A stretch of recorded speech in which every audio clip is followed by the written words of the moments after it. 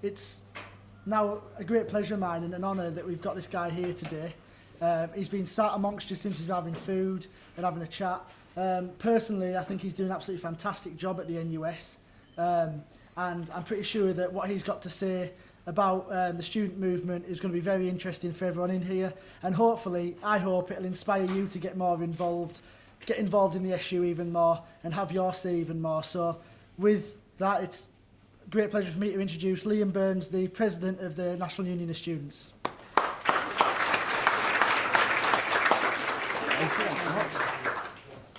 Hi, and first of all, a huge, massive thank you for inviting me today. It's events like this that I get the most enjoyment out of, so thank you for inviting me along today. I've been asked to speak about the student experience, and I will try my best to touch on the things that you can touch and feel, what you expect in your day-to-day life as a student. But I want to push you a bit further, because actually the conversations we need to be having now are not about 2012-13. They're about the next general election. They're about how we think education should be shaped more fundamentally. And thankfully, I'm going to touch a little bit before Andrew's speech around what we think the culture of education should be about, and why I think this idea of more rights as a consumer is nothing more than a con. But I'll come back to that. So before we look at where we are and where we're going, it's important to know where we've been. So I want to touch on some of the policy maxims that have been driving the sector for well over 40 years now. There's a belief that we've arrived at £9,000 tuition fees simply because there was a Conservative Lib Dem coalition came to power. That's not true. Moves to make some of these things happen have been happening for many decades now. I suggest there are three policy maxims at work here. First of all is a genuine desire for more students. The UK is based on high-level skills. We cannot compete in mass manufacturing, industrial ways that other parts of the world can. It's been recognised for a long time. The only way to fulfil that need is by having more highly skilled graduates. There's a problem with that, because as long as the government subsidises students, as it does either by giving money directly to the universities or through student loans, there will always be a cap. The Treasury can't sustain as many people who want to go to university. This year alone, it's predicted by UCAS that there's around about 40,000 who are genuinely well enough qualified to go to university who will be rejected. Not because they're not good enough, but because the places aren't there. So governments of all colour want more graduates. The second policy driver is about the market, and a belief that the market will deliver higher quality. This is not something exclusive to Conservative thought. When Labour first brought in £3,000 fees, it was with the explicit desire that some charge £3,000, some charge only £1,000. Now, this was a ludicrous idea. This was ridiculous. The idea that institutions being told you can charge what you like, we're going to say, oh, well, fair cop, we'll just charge a bit under, when the sums didn't add up, was wrong. Everyone went to 3,000. And so there was no market. You had no additional choice. There was no imperative for you to think about how much will my course cost, and hence what institution or course will I study. That, by the way, is a good thing. And I'll come back to why we should think about why that's a good thing when we think about policies for the next general election. The third policy driver is about reducing cost. This comes about from a guy called Lord Deering, who, 11 years now, did a report on how higher education should be funded. And he came up with what was called the compact between the individual, who, and I'm not arguing this isn't true, sees a financial benefit individually, to the state for all the absolutely right reasons that higher education disproportionately makes a better society whether you attend university or not, and everyone feels that benefit, and business, which is interesting because no one has ever grasped the thistle of how business should contribute to higher education in any form of structured way. So it was a three-way compact. And so those three things, the market to drive up quality, the compact and try and increase student numbers, has got us to where we are today. What does that look like? Well, before the general election, Labour and Conservative, when it was still a Labour government, said, we don't really want to talk about this. This is a very difficult issue and politically very thorny. So we're going to kick this into the long grass. And what they did was they commissioned a review, which Lord Brown undertook. Now, for context, Lord Brown was the chief executive of BP. He is a thorough believer in the market. It was no surprise to us that the outcomes of the Brown review looked like they did. And his proposals were to have no cap on tuition fees whatsoever. That would have resulted in places like Oxford and Cambridge charging £25,000 a year. We're quite sure of this. In fact, they've admitted up to around about 16 is definitely where they'd go to as a minimum. And then to limit, as in a break, in terms of what the Treasury has to give to you in student loans, they would put some braking mechanisms on it. But it would be a true market. Numbers would be uncapped. Take as many students as you like if you can fit them, and you can charge what you like. Then the elections happened, and many of you will know about the campaign that NUS ran and that Huddersfield Students' Union was absolutely integral to, and that was the Vote for Students campaign, where every single Liberal Democrat MP signed a pledge that was very, very clear. I pledge to vote against any increase in tuition fees and to find a fairer way to fund higher education. Well, you all know where we are now. The coalition document was signed. That's politically where we dropped the ball. We weren't in on that agreement enough. And Lib Dems U-turned. Not all of them, the majority U-turned. And so the vote went through. We now have higher tuition fees. What does that mean for now? The reason I wanted to explain all that is because we have to think about what that means going forward. This bus hasn't stopped yet. Those things that I talked about, many of the policy drivers haven't been delivered on. So I'll come back to why we need to think seriously about what's likely to happen in the next decade. Now, to touch on the student experience that you guys touch and feel every single day. There's no doubt in my mind that I think you students will become more consumerist in their approach. I'm not surprised by this, and I won't patronise you by saying that you shouldn't do it. I think that will probably result in things like far more focus on employability, which has been touched on already. Part of the market approach that David Willits, the Education Minister, has is you can't have a market without information. I can't make an informed choice unless I know lots of different things about the product that I'm going to buy. And so now things like employability has shot up the agenda. Your institution now has to develop something called a key indicator set, which is a whole bunch of statistics about your contact hours, how much the accommodation costs, how much contact time you'll get, how employable your graduates are, everything like that. That will be focused on a lot more, and I think it's right that your students' union will probably do a lot more work with the university now to make you more employable, and I think you should probably discuss some of those things today. The second area, which we certainly touched on in our group, is the issue of extra costs. This is an issue across all students' unions now. It's very hard to argue that when, from the students' point of view, you're perceiving to be paying, well, $7,950, that you won't start saying, well, I'm not quite sure why I'm paying for this field trip. It seems a bit odd to me that I'm paying extra now that I pay for the course wholesale anyway. It will feel very peculiar to you as a student to have to pay £30 for your graduation ceremony. It will probably be a bit of a kick in the teeth for you to turn up to your lectures and be told you have to print off the course notes at your expense. Now, why this debate is really interesting is it's not as black and white as everything should be paid by the university now. Keep in mind, your university has not got any extra money. Or, I don't know that for a fact, Bob will correct me, but I doubt it's very much extra, if any at all. It's less, actually. Less money. The government has taken away from direct funding to the university and replaced it with student loans. It's no extra money. So as much as I hope you campaign vigorously to get a lot less expense for students, there will be a reality of that situation. There's no extra money. Some of those things you should get rid of. I do not believe it is fair that any student pays for their field trip anymore. I think it is wrong to suggest that is optional because you're missing out on a core part of the educational experience. I think other costs you probably just need transparency about. If you're going to make a choice to come to Huddersfield to study a particular subject, then you should know what some of these costs are going to be so you can budget and make an informed decision. And I'm sure you'll take that forward, and we've got lots of resources on research being done in this area.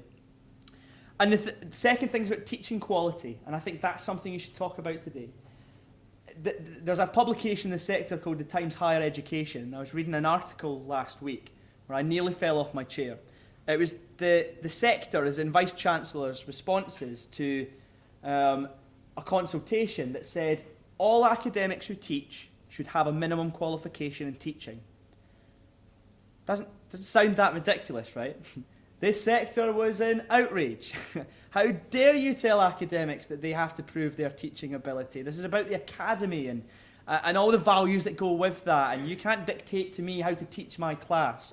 When I'm paying $7,900, you can sod off. I do not think there is any sector in the world that would not expect people delivering a service, if you're going to look at it like that. I mean, you wouldn't expect a minimum competency. And it's as much as you can't, it's not good enough to say that if you are a good researcher, you will be a good teacher. Rubbish. It is true in many cases, but it is not true across the board, and many of you will know that. Just think through some of your lecturers and their communication skills. And I don't think that is too much anymore to ask. That probably not minimum standards, I think that's crude. But I think it's probably not right that whenever I go to a conference about improving learning and teaching, I see the same faces from academic staff. I think it should be compulsory now. And I think you should discuss learning and teaching standards. That's perhaps a negative view. One of the things your Students' Union is about to start now is something called Student-Led Teaching Awards. This was a project that started in Scotland where you as students will submit nominations for what is great teaching in your institution. And then you as students will select and say, well, this is what I really like. And there's probably an award ceremony goes along with that, but that's not the point. The point is, I've seen universities get 2,000 submissions on what is great teaching that the Students' Union can then campaign on. That's the point of it.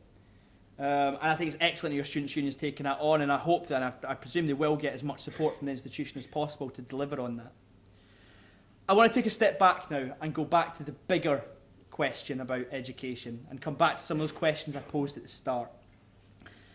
Part of the drive that David Willits has, and I don't think for bad reasons, I don't think he's an evil man, I think he has the best intentions at heart. He is one of the most articulate in saying that you're not getting a good enough deal in some things like feedback and assessment, employability, standards of teaching. The way he thinks he's going to solve that is by making you a customer. He's very honest about this. He wants you to view this as a market now and become a consumer. And I want to explain to you why that would be wrong for students and why it would actually give you less power. If I go into a supermarket and I experience a bad service, I don't feel particularly powerful that all I can do is go to the complaints desk, fill in a postcard and then leave, and perhaps never come back. That's not very powerful. Nothing's changed in my experience doing that. The paper that he's written for all these changes is called Students at the Heart of the System. His argument is, you have the money, you choose where to go. Let's challenge that for a second. If the sector will be driven by the fact that you need enough people to either not apply to Huddersfield or to drop out because they receive a bad service, I don't know where their students are at that point, but they're not in the heart of the system. They've not applied or they've gone home. And so actually that's not any more powerful, and you need enough students to do that to give a financial imperative for your institution to change. It's not powerful, that's really, really reactive. The other thing is you're not operating in a market. Any market would truly work that you could take your product and go elsewhere. You will make the choice to go to a university probably once in your life, in all likelihood. You can't go anywhere else. It's unheard of. You don't do it very often. And so again, you're not any more powerful for that reason. And so there's a problem in there because I will put good money now that in 5 years' time, we are going to have another Brown Review. There's going to be another debate about tuition fees. One, because the market hasn't been delivered. There is no market. Fees aren't that different. You're probably not going to up and leave and go to a different university if you think you're getting a raw deal. Two, because the idea of the financial sustainability is a fallacy. And I want to touch on this in terms of what I think is real power for you in a second. And three, because I'm just not sure that the landscape is going to be such that we have more students coming into the sector. I don't think any money saved from this will be given by the Treasury back to the sector to create more places. And so none of the policy drivers I talked about at the start are going to be delivered on, I don't think. So what does real power look like? What should the student experience look like? And the fact that your Vice-Chancellor here says a whole lot about the relationship you have, but it's great for him to hear some of this, because some of it's quite challenging. I think it is now a farce, the idea that your university court, the body that governs this institution, can remain only having, is it 2 students you have on at the moment? Would that be fair in terms of numbers? Yeah, it's flexible. You're no longer custodian of public money. And when the student is the funder, then I'm sorry, but real power would be they have far more strength in the governing body. I think you should have a real debate about how many students are on your university court. I also think that there's key things that the university does that should now be co-owned. If we are the funders of the institution, then why don't we have veto on the budget? Why can't we turn around and say, no, actually, your strategic plan for the next 5 years isn't what we think it should be? If you're going to cut courses, should the students not be able to say, nah, we don't think that is a viable course cut, or we think we should be doing it in a different way? You have things like access agreements that dictates how you spend your money in terms of scholarships, and I truly believe Huddersfield has done an excellent job in walking that line. Students' union should be able to veto that. They should be able to say, I'm sorry, no, this is not a good enough agreement. That's real power. And if David Willits wants to put his money where his mouth is, I'd love to hear the argument back of why the funders of the system would not have that sort of power. Now, one of the things is, you guys have an excellent relationship. Your students' union has an excellent relationship with the institution, so you have all sorts of power already. Some of this, far more power in relationships than there is in structures. Nonetheless, how do you want to govern your institution? How do you, as a lay student, want to feed into the direction and the approach your institution takes? They are big questions, but I think they're ones you should discuss rather than just focusing on, not that it's not a good thing, but what would the new sports centre look like? Discuss and debate education and how your institution is governed. That's where real power lies. The final thing I want to say, I hope you'll discuss, and NUS is now making this a priority. We've spent a lot of time discussing how the institutions are funded. And we did a lot of campaigning, and we made lots of wins, by the way, just not the headline win on fees. We've done very little debating on how the student is funded and what student financial support looks like for students. And we're going to make that a big issue. And I raise this now because you actually have a mechanism of a lot of power now in your what are called access agreements. This is a document, well, it's a plan, whereby if you want to charge more than £6,000, you have to say, how will we protect those from lower socioeconomic backgrounds? In that, the government has done this straitjacket on universities where if they want to get the places they need, so enough students to come to fund the institution, they have to have an average of less than £7,500. Has to be lower. Now, the only reason to do this, because the Treasury can't afford to give loans to the level of which they would need to. I'm not doing this very coherently. Let me take one step back. For every £1 the government gives you in a loan, it costs them 30 pence, because you'll never pay it back.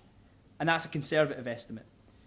So if you're going to have lots more people taking out higher loans, it costs the government a lot more money. They just don't have to declare it. That's why they're saying they're saving the public money. They're not, by the way. This system will probably be more expensive. When they realised that all universities were going to charge up to £9,000, they were like, bugger. We didn't do this maths right.